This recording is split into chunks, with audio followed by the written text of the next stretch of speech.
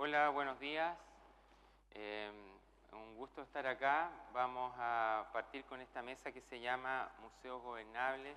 Good morning. It is our pleasure to be here. We are going to start this discussion table that is called Museums Sustainable and Governable, Hybrid Models. I will provide a short introduction to this idea of hybrid so that we are not caught off guard. And after that, I'm going to present the rest of the members of this panel. And in turn, they are going to be giving their own presentations. I brought a couple of news clips that I found on the internet a couple of weeks ago. For instance, this is from Spain. This is the Thyssen, the Museum of Contemporary Art, and the Museum of Contemporary Art of Barcelona, which are the museums that are most benefited by government funding. And it says, over the last 5 years, 80 cultural entities of non-state governing have benefited from government funding. The Thyssen Bonamisa is one of the favorites, and that is chaired by the Ministry of Culture and has received 19 million euros. Another news article by The Guardian is that the workers at the National Gallery were on an indefinite strike in a long-running dispute over privatization. They are in bold type. And it was especially the workers of public services, of visitor services, that organized meetings to demonstrate against the participation, against these cutouts. Why hybrid? What do we mean when we're talking about hybridization? Or we're not talking about privatization, we're talking about something different here. And there are two relevant regards here that we have shared. One of them is by an American economist that is called J. Mark Schuster, that wrote an article in '98 that is called Neither Public Nor Private, the Hybridization of Museums, and a book we had that has been published by that is called Le Musée Hybride. What did Schuster do in his article in the Journal of Cultural Economics in 1998? We had three responses from 1975, 1979, and 1992 by different American cultural agencies, including the AAM. And he tries to determine what type of governance these museums have. And from the evidence he gathers, he says that 40 museums are public, in inverted commas, and 60% are private. And public and private are in inverted commas because he argues that nothing is completely public and nothing is completely private. And there are certain exceptions, such as the Getty and the Guggenheim, that go to confirm this rule. So part of the original question is, are more museums getting privatized in the United States? And he says that's not right, because in 1995 to 1998 is that what we understand by privatization is actually hybridization. And then Méret's book that was published in 2010, his analysis focuses on France, but he analyzes other European countries and the United States. And he talks about three environments that are constantly interacting. The public, which are the principles of the states, the private, which are market principles, and then this old concept of Marcel Mauss, for those that study anthropology, which is the logic of the gift. And that is a principle of social cohesion. It is a three-step relation where you give, another one receives, and that who receives gives back. And that's why he talks about giving because giving is an anthropological way of understanding how museums operate and how they interact with their visitors and their communities. And he says that hybridization takes place in different combinations of these three levels. Then for Schuster, public and private are two different moments.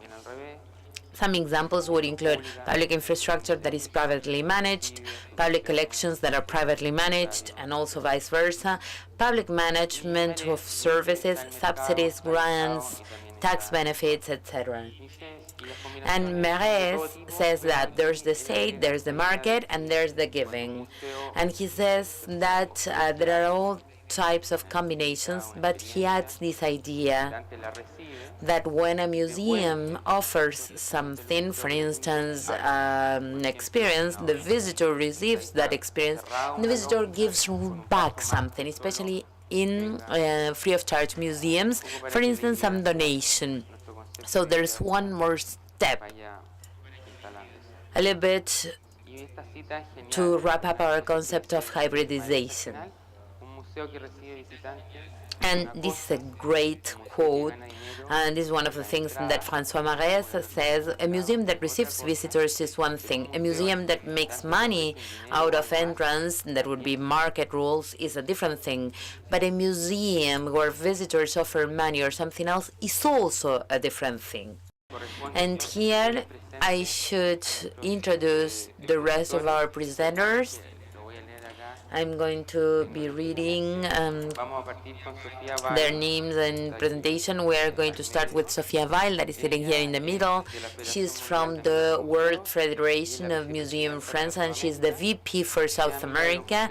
She's been a friend of museums for over 20 years. She has collaborated with several cultural organizations, acting as the link between museums and community. In 2001, she was a founding member of the Friends of the Museum of the Latin American Museum, the Museum of Latin American Art of Buenos Aires. Since 2012, she has been sitting in the steering committee of the Friends of the Museum of Fine Arts, and she coordinates the Young Friends program. Since 2004, she's part of the FADAM that works with different networks of friends of museums from across the country. Representing FADAM, she was chosen the VP for South America of the World Federation, representing FADAM, and she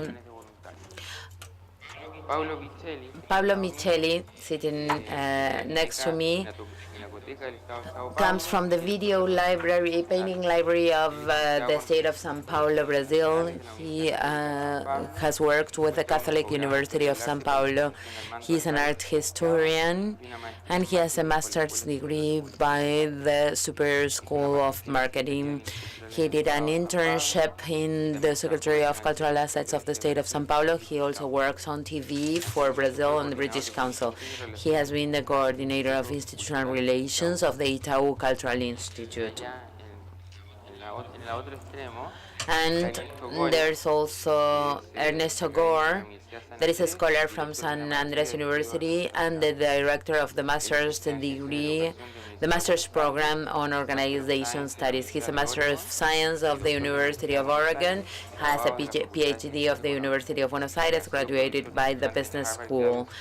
He has been a visiting scholar at the Harvard School of Education, the Superior School of Paris, Venezuela, and Mexico. He specialized on organizational behavior, and he developed most of his activity in connection with business, research, and practice. His books on this table are used as reference in Argentina and Latin America. This is our table. I am the first one required to speak, so I apologize for that.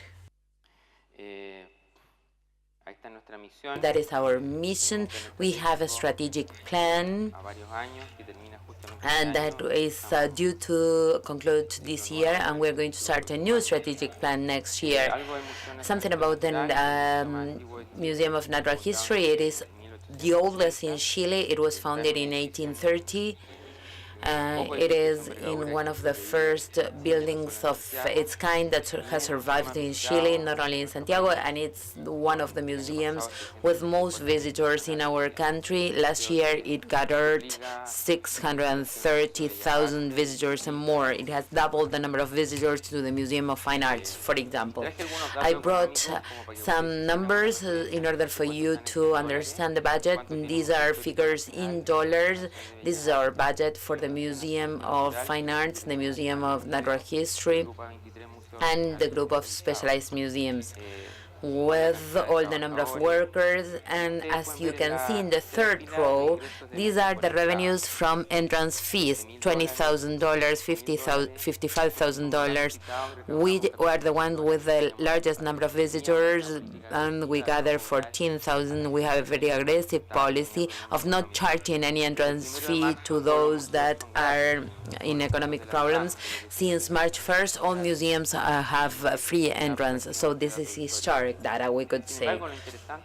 What's interesting about this idea of hybridization is how much you get for every user. The Museum of Natural History collected $0.02 per person, and the spending for every visitor was $4.3.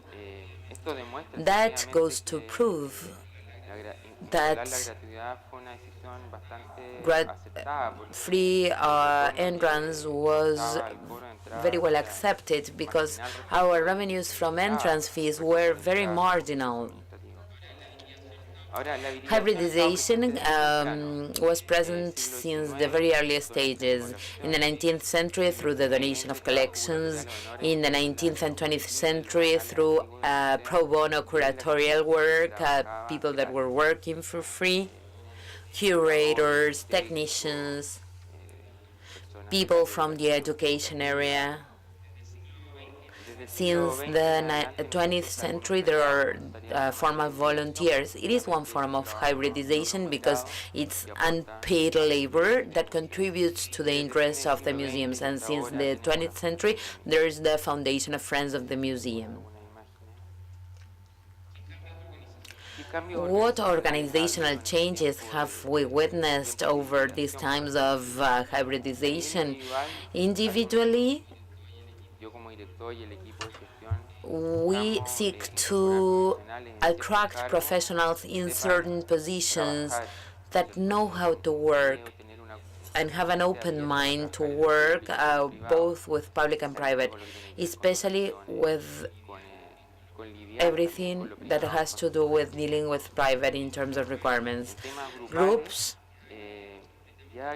There are contexts that are completely hybrid. For instance, collection management, especially conservation, packaging, photograph, record keeping that is done through public companies that are bid with open tenders.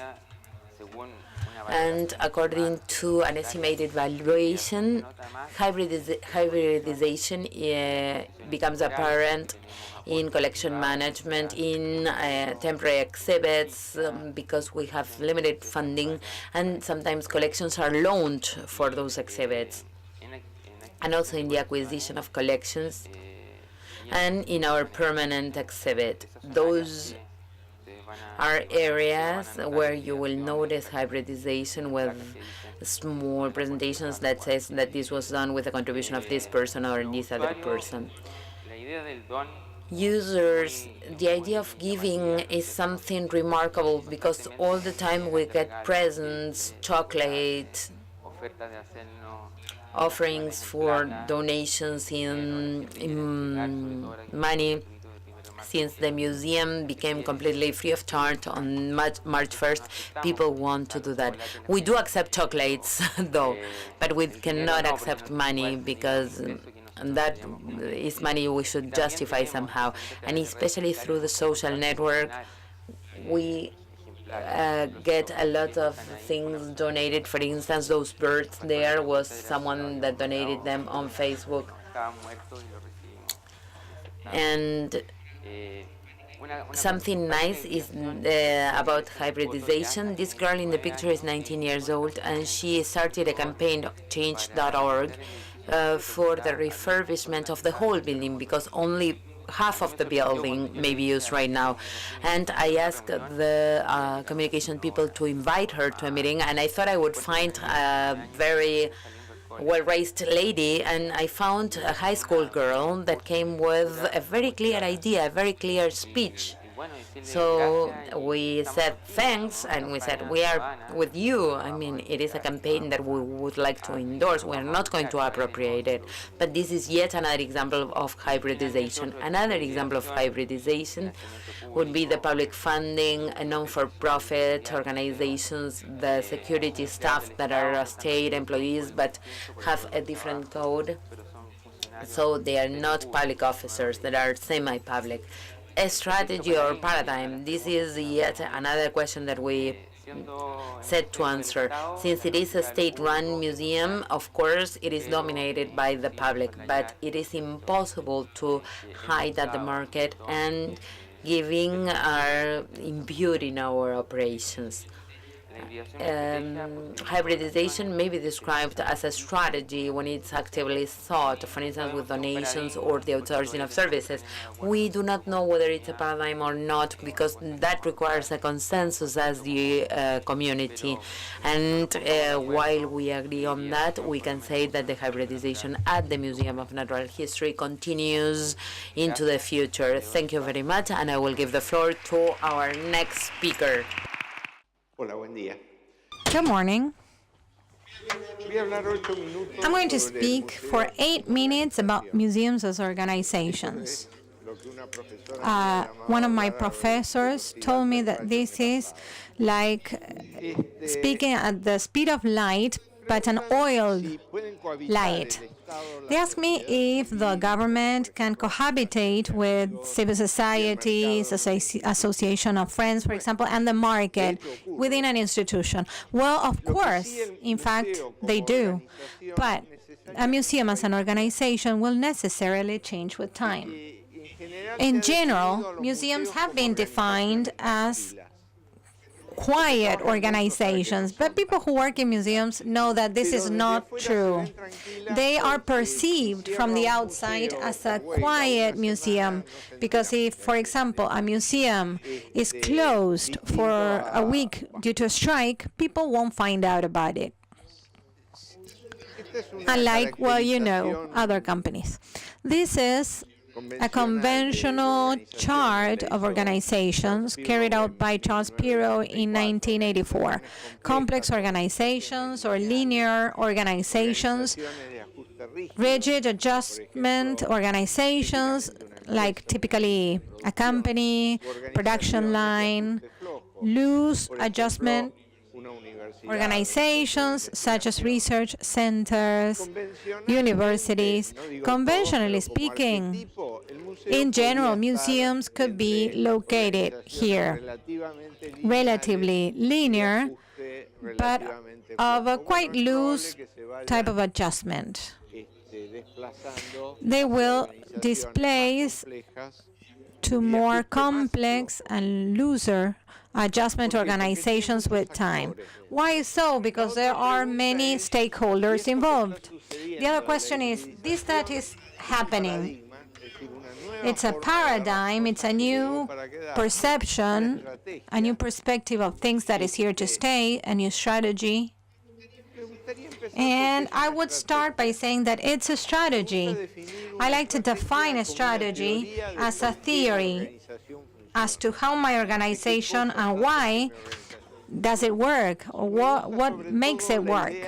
And I particularly like the idea of analyzing the strategy as an idea, or probably a hypothesis as well. It works as long as we can verify it in practice. This means that we cannot divide or separate strategy from practice. Most importantly, we need to preserve sense. Each museum knows what's their meaning, what's their sense. There might be common elements for our museums, but as a person that I am not a part of any museum, I understand that a museum loses its sense when it loses its capability of taking care of its heritage. But the most important crises that I've seen in different organizations haven't been strategic-related crises, but rather meaning-related crises. So it is important to engage in change in such a way that the organization will not lose its raison d'etre, its sense or meaning. This is why it is important to look into the organization again. From Taylor to today, we tend to imagine organizations like this. I haven't come across any organization that actually looks like this. They do not work through command and obedience relations. Imagine museums. They usually work or operate through meaning. Meaning has to be built. Any organization or any good organization is not a monolithic whole. It's a group of islands very badly bonded to each other, so there's a contradiction, which is to reinforce each one of those islands, because every one of those islands is necessary. But since each segment sees the other segment as an alien, we need to help build bridges among the different islands. We need to manage different cultures within an organization. So managing a museum is similar to herding cats, and it will be similar to herding cats in the future. That's my diagnosis. You may say whatever you want, they will go wherever they want. And within museums, there will be different organizations. The organizations of friends will not have the same culture level as the cafeteria, or the curators will not have the same culture as researchers, because reserving and preserving a heritage is about researching, and there's a culture that can be compared to Zeus. Zeus as a god of order and synchronicity. We will have Athenaeus cultures centered around tasks. These are organizations that take the shape of whatever they have to manage.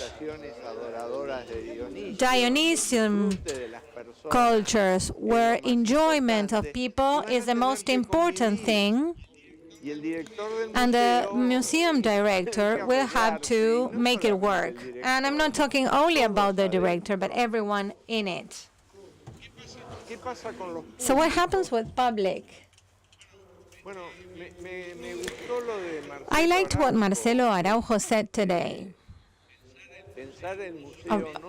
In terms of thinking a museum of not only as providing knowledge, but also in contact with the different publics through a polyphonic that will allow to create further knowledge, new senses, new meaning, new areas of interest, and each one will need to decide whether they are going to work on their own capabilities or if they are going to work with their own old capabilities but through new publics. So we will need to think about what's going to be the scope, the outreach of the museum, what are the capabilities or the possibilities for our traditional publics, so that we can put together our niche, build our own place, reinforce it, or whether we're going to look for new capabilities, and whether we are going to take these new capabilities to our traditional publics, that would be a renovation of the museum, or if we're going to be working with new capabilities for new publics, that would be a process of innovation. There's going to be a lot to think about in museums, as we have been doing, but with more people involved. And that's it. Good morning, everyone. As Marcelo Matos Araujo said, a museum calls 1 hour to caught the attention of the public. I usually go by the door and fall in love with the door. After visiting museums for 20 years, I consider myself a professional visitor of museums. My husband told me I'm not going in a museum with you again in my life. As a friend of museums, a hybrid museum is governable and sustainable, not only because it has private funds and third-party management, but also through the presence of civil society, where friends and volunteers interact with their organization. I wouldn't dare make my presentation as a friend of museums here in this auditorium full of professionals, because I want to come out of this meeting alive. So I brought this book, this little book, which is not actually little, by Franz Anderness, a Sorbonne professor from Paris, and in the prologue it reads, "The everlasting discussion of whether the government should manage museums and equate museums to public education doesn't imply that funding couldn't be shared with other institutions. The government has an irreplaceable role as a guarantor of equal access and development of its activities, threatened by a market that is avid about generating business. We need to thoroughly study this function and the new analysis or modern analysis techniques to satisfy the market, which have promoted profitability concepts as never before in relation to museums. There are also ad honorem or free art programs by civil society. This is the third element that through the gift theory shows that it's a critical element to supplement the government and the market. The institutional gift machinery is made up by the associations of friends of the museum. Before, through an association of museums, only used to raise funds. But we want a museum, as Américo Castillo said in the interview by Página 12 last week, is that museum doesn't have to be a solemn place. It has to be a place of dialogue, of meeting. Alicia Mercado said yesterday, how much do we engage society, even if we have a budget? So if we have a budget, why should we have associations of friends? Well, we should reimagine them. The National Museum of Fine Arts has a role, and it has an educational unit. As part of in the auditorium, almost 5,000 students take different seminars, courses, and we have incorporated literature and movies as part of the permanent exhibits of the museum. But I have also discovered the youngsters. As Claudio said, we put together the category Young Friend. And during an art fair, the stand of the museum with very important works like the one you see on the screen were presented by a VJ. Instead of DJ, it's VJ as in video jockey.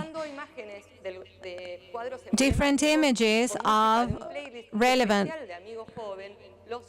works of art were displayed on the screen, so our younger friends had the possibility of visiting the museum and having access to its heritage. But as a vice president of the International Federation, let me tell you what's going on in other countries. In Chile, friends of museums have reimagined themselves based on the following. As the book reads, From the beginning of the organization, it is impossible to conceive the world of museums in complete disassociation with the market and public powers. But is it possible to imagine them without donors, without volunteers, without patrons, without philanthropists? So the Chilean Federation of Friends of Museums have participated in the creation of a national museum policy, including Cola Divan, and the issue of Friends of Museums. It's the first time in Chile that they have a museum national policy. One of the objectives is to expand to the private world. So once again, the Friends are working with the public sector. In Brazil, the Federal Association of Museum Friends entered into an agreement in order to put together a census and get the information that the government of Brazil needs through 15 volunteers qualified by the Brazilian Association of Friends of Museum, and this information will be later posted on the web page of the Friends of the Museums site and the federal state of Brazil as well. We work through 120 associations of friends, and we are trying to have all these different associations work in an orderly way. How do we do that? Through training courses, because as you may know, smaller museums have no HR departments, new media, press, media, events departments, and sometimes they come to us for us to help them. So through professional organizations in those areas, we provide training courses. Now, once again, we're investing in our younger friends through the German Federation of Friends of Museums, which includes 27 associations of young friends, while in Argentina we have 5. To sum up, let me quote Andrés once again. An association of friends can represent more than financial help. It might be a network that will allow us to anchor the museum to society, a network that can be considerably powerful. So why not have friends? Thank you.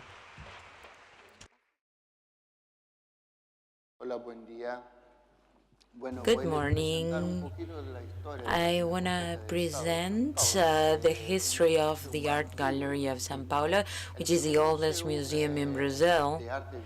It is the first museum of visual art of the state of São Paulo, and it has a very peculiar characteristic because everything we said, well, all of these elements of hybridization are present in the São Paulo Art Gallery. So our museum today, which is one of the most visited across the state, has a very significant state presence, and also it is benefited by private initiatives. Since 2005, as Marcelo Araujo said during the presentation, we've had social organizations in the state of São Paulo that are institutions, non-profits, that work in an alliance with the state, in a partnership with the state. In the case of our museum, the whole management, the whole administration is done by a non-profit.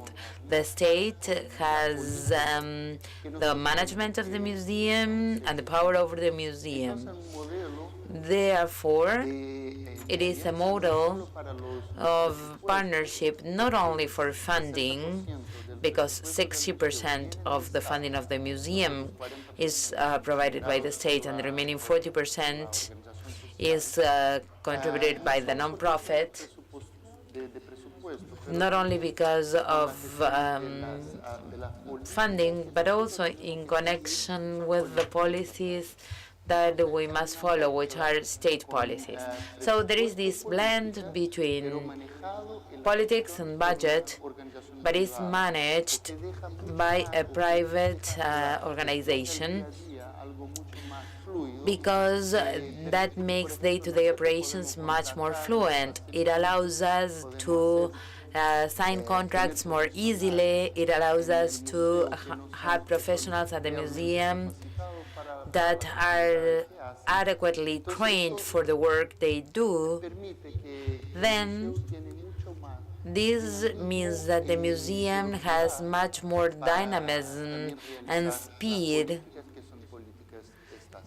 to execute these state policies. These are some images of our art gallery. I don't know if you've been there or if you know it. It is a museum that works intensely with a broad repertoire of Brazilian art, but also with some international aspects. And the only art gallery in Brazil that allows these exhibits offers a broad outlook of Brazilian art. For those that are art students, we can say that what they have produced in Brazil, because everyone can go here and find this outlook. So if this includes art, even contemporary art. It is a museum that offers this perspective and a broad range of Brazilian art. There are two buildings. This is the main building, and there's another building where the Resistance Memorial that Marcelo discussed is located. So here in the Memorial Resistance, we have the memorial on the ground floor, and above that we have the contemporary art exhibits. Here there are a couple of images from the museum. These are, for instance, some shots from the Romuec exhibit that was here in Argentina as well. So this shows the presence of international artists that get to the Pinacoteca, because here with Romuec, for instance, where we had 470,000 people visiting the exhibit in 3 months, it is a very special time to attract new visitors to the museum. So always working in partnership with different educational models and links with the collection, and at that point helping so that we can strengthen our Friends program. Our museum, as I said at the very beginning, we have 60% of our funding provided by the state, but the remaining 40% is generated by our Friends for the Museum Association. There are 3 very important points. Our Friends programs, our patrons, our patronage programs are helped by donations of people and also sponsors. Corporate sponsors, which constitute the bulk of our funding. This slide shows our sponsors, our corporate sponsors. Unlike the United States, for instance, where most of our sponsors, most of individual sponsors, most donations come from individual sponsors. In Brazil, this is different, and most are corporate sponsors.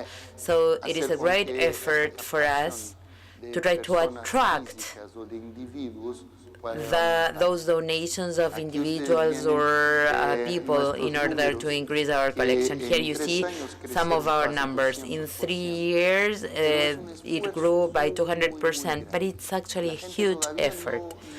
People do not yet believe in the program, but they do believe in the benefits that these programs can generate. So I have often heard when I got to the museum 3 years ago, what are the benefits that the Pinacoteca has to offer for a friend that will donate $50 or $100?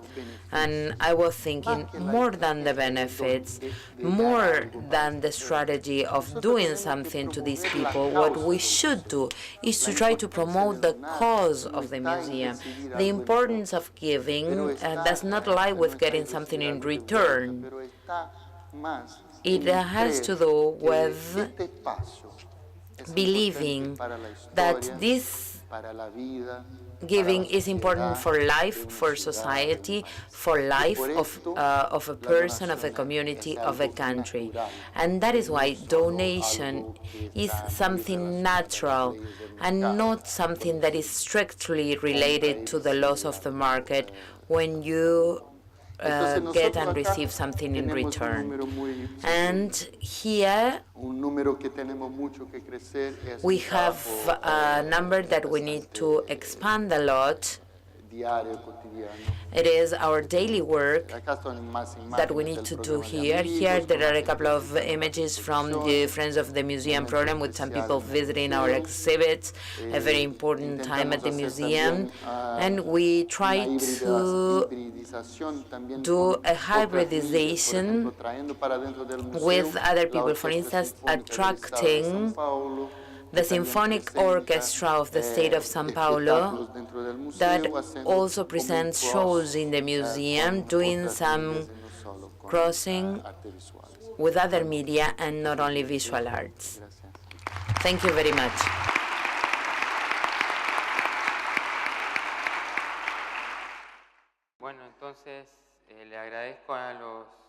Well, I would like to thank the speakers. And now it's time for you to ask any questions that you may have. And hopefully we'll have some time for debate and exchange of ideas and opinions. I'm very interested in the Brazilian case. And although I would like to talk a lot more about it, I would mainly like to know, how is it that you got the political will for these organizations to have so many roles within the museum?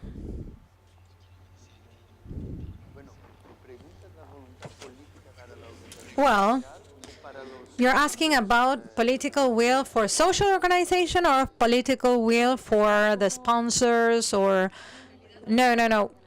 Actually, what I mean is, and this is a problem that we have in Mexico and we might share with other countries, is that museums are government-owned. They are assigned very low budgets, and somehow, as part of the government, there's been... they have promoted that there should be patrons and associations of friends. So this hybridization or this self-management capability or self-standing management, we've been working on it for many years now. Marcelo has participated with us in some of our actions, but we haven't made it possible to have or gather the political will, because for our governments, this is a totally non-prioritized and secondary issue. Well, this is quite characteristic of a specific moment in the politics of the state of Sao Paulo. In 2004, 2005, when this movement started, the social organization model was present in other spheres, such as in the healthcare field. Many hospitals in Sao Paulo, in particular, have the same models. So we used for culture a model that already existed in our country. But I do think that this is very specific, to have a specific political will at a specific time. For the future, everything has been, the way has been paved already.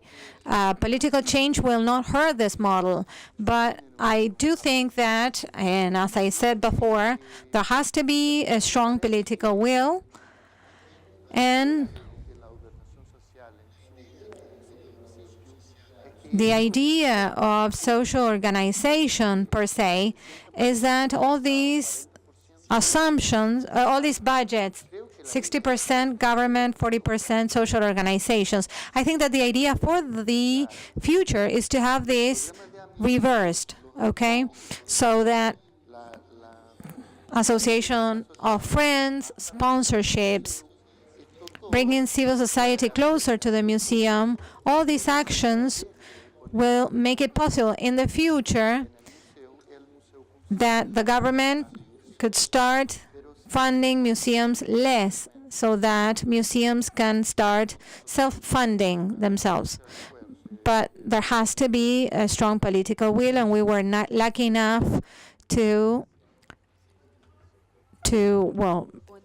find a special moment in time where that was possible. Rio started working on this, Bahia is working on that, Paraná as well. Minas Gerais is also working on that.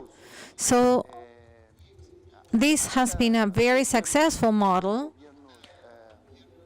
So even governments that are not, or that at the beginning were quite reluctant to the idea, have started to analyze it and to assess it more thoroughly and to assess what the benefits are. Thank you. Other questions, comments? My question is for Paulo as well. Where are you? Oh, okay. In terms of corporate sponsors, my question is, in terms of ethics and reputation, do you analyze a future corporate sponsor before getting donations from them? For example, a company that that violates human rights, for example. The museum, do you think that a museum will see their reputation affected by receiving donations from that kind of companies? Well, we are extremely careful always, because we understand that the museum is a training space. Most of our public is made up by children or students that are visiting the museum. So we need to translate the principles that the museum abides by. So our sponsors work with us through alliances, and they have to have objectives that are very similar to the objectives that we have at the museum. So we do carefully analyze sponsors. Let me add to that. Natural history museums, especially in the UK and globally, are now trying to discontinue any sponsorships by companies that violate rules for the protection of the environment. But there are written rules. For example, we do not accept tobacco producers or liquor producers. The ethical boundary has to be discussed, revised, and it has to be part of your accountability as an organization towards your public, but also to the museum as an organization. This is a question for Sofía, or a comment. I think that it bears relationship to what Ernesto said in relationship to meaning. I would like for Sofía to comment whether foundations or associations of friends of museums are working on the meaning of museums, especially related to sponsorship, patronage. Some museums have more funding than others. So there's an interesting relationship there in terms of what is the sense or the meaning of foundations and associations in relation to museums. Let me answer. If my reply is correct, let me know. The ethics code that I talked about, we clarified that the museum determines the meaning of the museum, or the target, or the objective, and the association of friends helps to supplement and to achieve that objective.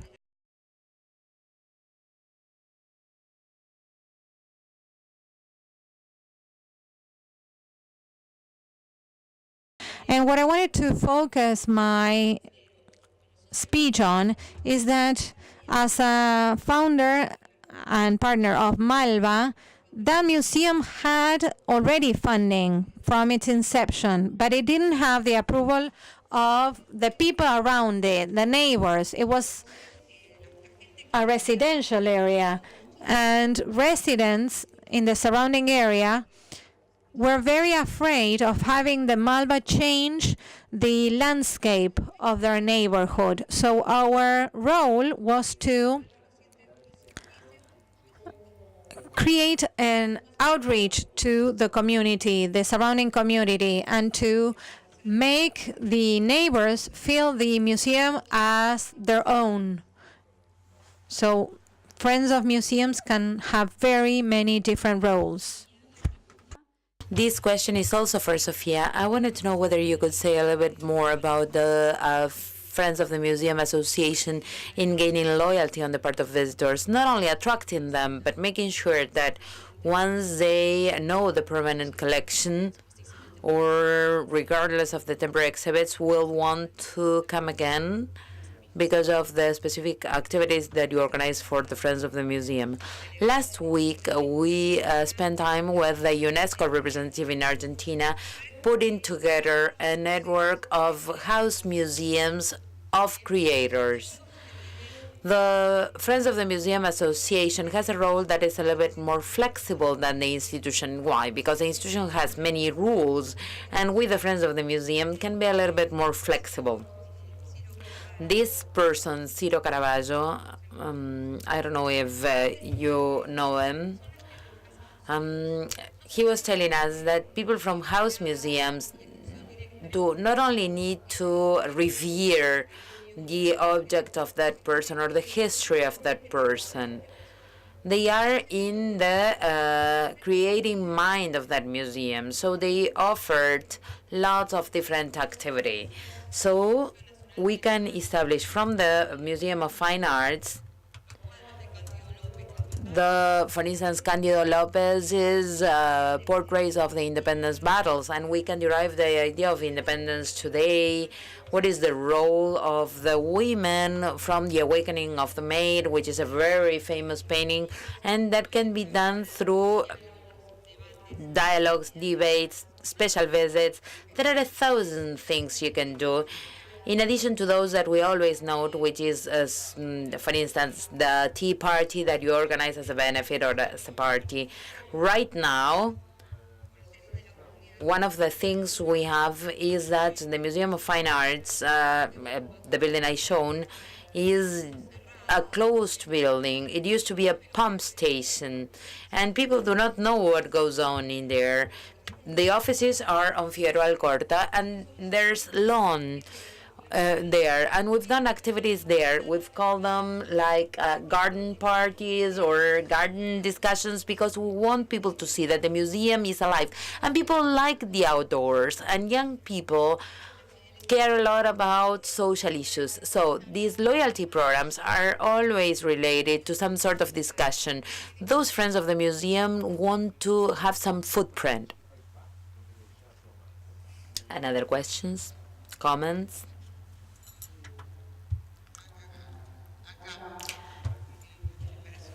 This question is also for Sofía. Sofía, the patronage law, is that all across the country? Yes, it was just enacted in Corrientes, but I don't know if it's been used or not. And sometimes we get that in small museums that are, of course, state-run. They belong to the community, and it's very hard to put together that committee of friends, and it is the volunteers in the museums that even may seem reluctant to create a Friends of the Museum Association. If you put together this Friends of the Museum Association, everything is clear because it's a code of ethics, there are some rules, but organizations are not pyramid-like. As a friend of the museum, I want the museum to work. I want it to be a space of reflection, a space of education, a space of conservation. If I do that with volunteers, those volunteers are friends because they are helping. Yes, and they have great love for the institution.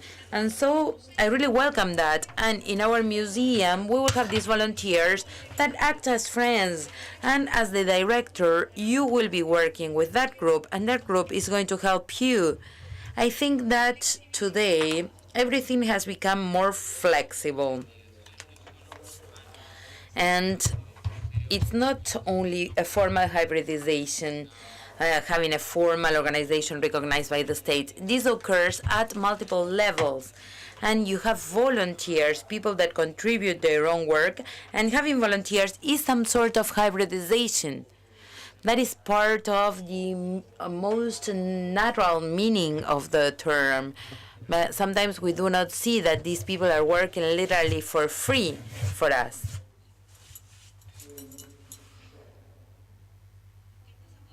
And what happens when that does not happen? What happens when that relation does not take place? I hear Sofía talk about that role on cooperation towards the museum and striving for the needs of the museum. What happens when there is some sort of boundary or some definition of the Association of Friends of the Museum? What happens when that does not happen, when the museum believes that the association should do something and the association believes that the museum should behave differently in a way? What happens with that relation when it's difficult and when each group has contradictory ideas? I believe that we've discussed this in the laboratory too. Sometimes we see that those things are just not happening, and we have like two museums in one, right? Or two associations in one. Like, for instance, those fights between actresses, who's first, and the advertisement for the movie. We are fighting for the same thing, but sometimes we do have different codes. I understand what you're saying. I understand that perfectly. And I know that we need to leave this, as I said, we need to leave this place in one piece. Generally, what we do is when there's a lot of conflict, that federation is not part of our organization because we act as a bridge for dialogue. Something that has also happened is the professionalization of these associations. Today, there's no NGO that has not done a course in San Andrés University, or what has happened with this. With Friends of the Museum Associations, there are a lot of people that don't have adequate training, so they are not professional. They are not professional as volunteers or in their role of help. So what I would like to do is to try to find a professional, a mediator. Let's put together a plan. We need to try to find solutions with modern tools.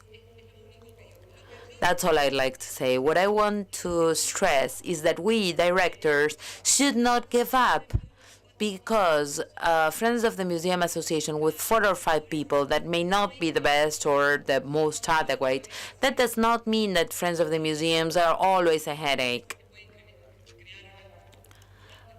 sometimes there are young groups and there are people that manage other dialogues that can work with the museum. And otherwise, I volunteer. I can act as a mediator because in the long run, we need this to work. Yes, if I may. Since I'm extremely interested in finding ways for museums to become more flexible, to become more operational, to become more comprehensive. Many of the museums in the country and in the region, this is done by the Friends of the Museum Association, and this is the point of conflict that we talked about. In that overlapping of roles is where conflict starts, because you create money through the Friends of the Museum Association. The institution needs that money, and so roles start to overlap. So if we are here to talk about the problems of the Friends of the Museum Associations, we are going to be here for a couple of days. But if we focus on possible governance of a museum in the most flexible manner, I believe that these associations have a very important role to play if part of their mission includes finding ways, administrative, legal ways, that may turn the museum into a flexible entity. So it would be some sort of a band-aid that the Friends of the Museum Association is providing. I believe that part of what we say as a company, I believe that I would change the Friends of the Museum Association, because normally it's people with closer relations with companies and with the state.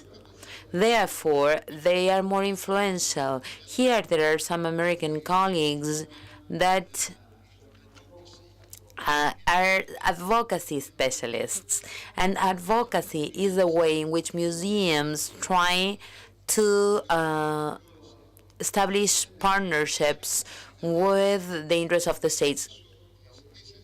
Friends associations can do that, and that is essential.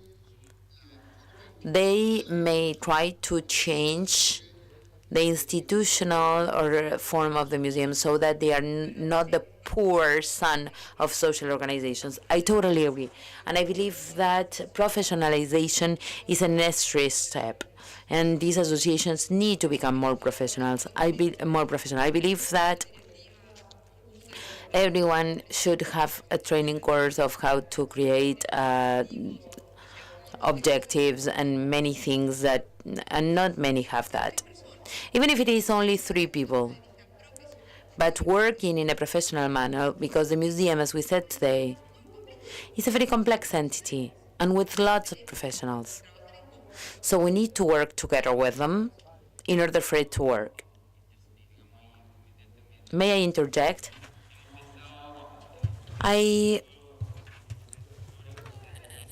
The discussion has revolved around the Friends of the Museum Association, but sometimes museums grow in terms of budget and not personnel, and the relation is different from the museum to the state. And we, in what we are trying to do with public procurement, we've suffered in how to relate to the market. And we need to strengthen that as well, because we are thinking of the Friends of the Museum Association or Corporation as those that may have something to contribute. But when we do have the money and we cannot execute our tasks, we go to the market for those tasks. And that is super important. As I said, the Museum of Natural History has a millionaire project of collection management. And all that work is done by outsourced personnel. When I did my internship at the National Museum of Natural History at the Smithsonian, there was one staff person that is a public servant of the United States. There was a volunteer, an intern, someone doing the thesis, a research fellow, and there were a lot of people. I mean, it was like plane tickets. You were asking how much they paid. No one came from the same place. No one was receiving the same compensation. Some were receiving no compensation at all. They were just receiving emotional compensation. And when I got back to Chile many, many years ago, I said this and people would not believe me. And you would see that the change has been powerful to us because there's a group of people, some of them compensated by the state, and this is outsourced. But they are your colleagues and you need to work with them. So we thought of the museum associations because it's the most flexible form of raising funding, because sometimes we need that funding and those resources that the state will not give us. But be aware of this other pole, which is the relation between the museum and the market. Yeah, I would like to mention something else. There's one more detail that is important, because often the Friends of the Museum Association become so strong that it may become, for instance, in the case of the Pinacoteca in São Paulo, the organization, the non-profit that is managing the Pinacoteca stems from the original Friends of the Museum Association. So these two legal entities, when the political climate is right and everything, it may also become a new model for museum management.